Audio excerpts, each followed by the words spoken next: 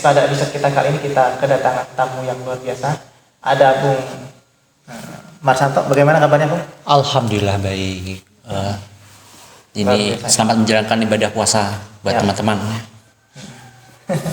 Apalagi sekarang ini bulan Maret ya. Ya. Waktunya Timnas Day. Timnas Day di bulan suci Ramadan juga kan ini ada berkahan buat timnas. Oke, pada episode kita kali ini kita akan membahas mengenai seputar timnas yang akan berlaga di bulan Maret ini. Nah, bagaimana tanggapan Anda banyaknya naturalisasi yang dinaturalisasi Indonesia ini? Sebenarnya saya sebagai supporter dan juga masyarakat Indonesia juga sangat antusias dengan adanya mendatangkan beberapa pemain keturunan. Ini juga kan bisa mendongkrak untuk prestasi timnas juga untuk jangka pendek, dan juga ini sebagai motivasi untuk para pemain muda. Oke, sebelum kita membahas lebih jauh, mari kita tonton intro berikut ini.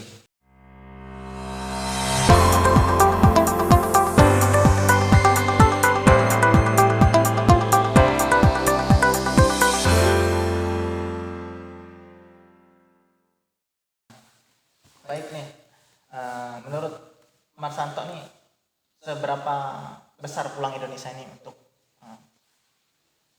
menuju ke Piala Dunia ini? Setelah kita melihat dari pertandingan bulan yang lalu melawan Arab Saudi dengan skor 2-0, untuk peluang lolos dari timnas Indonesia itu sangat terbuka. Nah, dan kita hanya menunggu melawan Australia saja, dan kita hanya butuh minimal imbang ataupun kalau bisa Indonesia harus bisa memenangkan pertandingan melawan away terhadap timnas Australia gitu. Tanggal 20 ini, Mas ya? Ya, tanggal 20. Ya. Kalau nggak salah Indonesia minimal imbang dan 2 kali menang itu sudah bisa untuk menjadi runner up. Bisa. Asalkan dalam 3 sisa pertandingan melawan Australia, Bahrain dan juga Cina itu kalau bisa 3 pertandingan sapu bersih kemenangan. Dan untuk melawan timnas Jepang, saya rasa itu sangat mustahil kita berhadapan dengan tim-tim seperti Jepang. Dengan kekalahan tipis saja sudah luar biasa ya? Itu sudah luar biasa kalau misalkan kita bertandang ke Jepang untuk pertandingan terakhir itu kalah tipis itu sudah luar biasa. Apalagi di laga home kita itu dibantai 4-0 ya? Ya, waktu home itu 4-0 itu karena banyak pemain yang terakumulasi kartu seperti Ivar Jenner kan. Itu tanpa adanya Ivar Jenner kan lini tengah itu sangat sulit sekali untuk membangun serangan. Nah, dengan adanya bahkan Nathan Jualan pun sangat sulit untuk bisa membangun serangan, dan juga antara Tom Hai dan juga Nathan juga itu belum menyatu saya rasa. Lihat dari pertandingan yang lalu. Ya. Setiap kita mau ada FIFA Matchday Indonesia mau main, nah setiap pertandingan lalu ada pemain naturalisasi baru. Jadi seakan-akan Indonesia itu gimana gitu loh. Seperti Australia, baru main pertama itu kan yang Indonesia imbang itu kan. Ya. Itu belum ada itu masih Legersan. Nah, sekarang baru mau ketemu udah lain lagi pemainnya. Ya. Itu tanggapan gimana? Ya, untuk tanggapan itu menurut saya itu hal biasa ya, karena seperti sebelum-sebelumnya juga kan waktu round kedua berhadapan dengan Vietnam pasti ada mendatangkan pemain baru seperti Ragnar, Tom Haye, Nathan dan juga Jay Izes. Dan pasti setiap pertandingan waktu lawan Filipina kita mendatangkan Verdon, waktu lawan Arab Saudi Martin Paes yang saat ini sempat ditahan untuk bisa berlaga, namun akhirnya bisa berlaga melawan Arab Saudi, dan sekarang Martin Paes bisa menjadi pemain utama untuk menggantikan kiper Hernando Ari. Dan sekarang ini kan Indonesia mau menaturalisasi 3 pemain baru, Mas.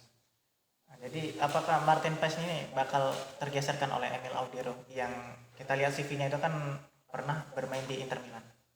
Ya kalau untuk melihat eh, main baru seperti Emil Audero itu kita lihat aja dulu seperti kebijakan seorang pelatih Patrick Kluivert itu eh, ya tinggal pemain antara Martin Paes dan juga Emil Audero karena setiap tim itu kan pasti memiliki perannya masing-masing dan juga mereka harus bisa bersaing di dalam sebuah tim. Dan kalau semisalkan Martin Paes kita tidak tahu kalau semisalkan Martin Paes dia terakumulasi kartu karena Ya, ya. waktu lawan Arab Saudi Martin Paes juga mendapatkan kartu kuning. Dan kalau misalkan Martin Paes dia eh itu apa cedera kita kan tidak tahu waktu lawan ini di klubnya itu kan. Nah, itu bisa minimalisir. Nah, kalau misalkan kita tidak akan mungkin bisa menggantikan kiper lokal. Bukan kita berarti meremehkan kiper lokal, tapi juga kan ini untuk minimalisir dengan mendatangkan Pemain yang Emil setara. setara dengan Martin Paes seperti Emil Audero ini.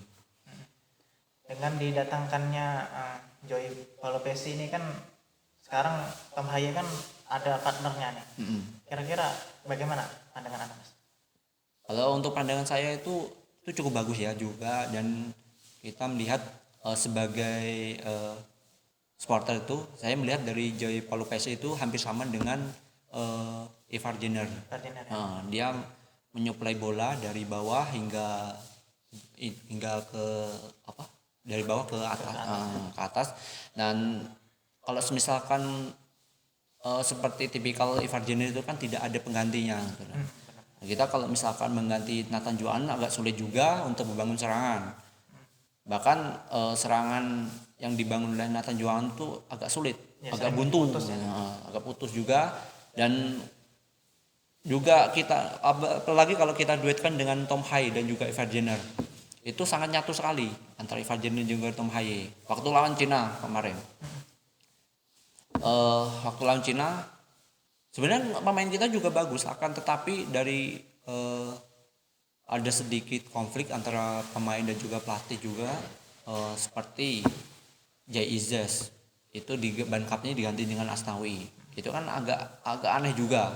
Asnawi digantikan dengan Sandy Walsh jadi pemain cadangan itu kan kita membangun serangan itu agak sulit. Iya. Seperti waktu lawan Jepang juga kita sebenarnya ada peluang. Ulang tadi. Ada sedikit 3 peluang waktu lawan Jepang itu Ragnar. Sebenarnya apabila Ivar Jenner bisa bermain tapi sayang juga terakumulasi kartu ya agak sulit juga waktu lawan Jepang kemarin.